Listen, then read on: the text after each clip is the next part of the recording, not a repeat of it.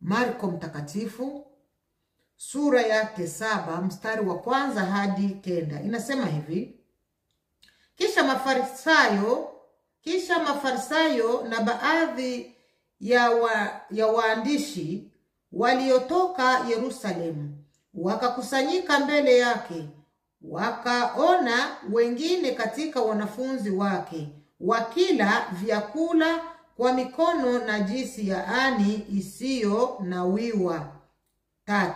Kwa maana Mafarisayo na Wayahudi wote wasiponawa mikono mpaka kiwio hawali,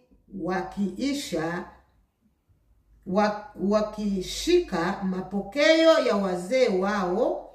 Tena wakitoka sokoni wasipotawaza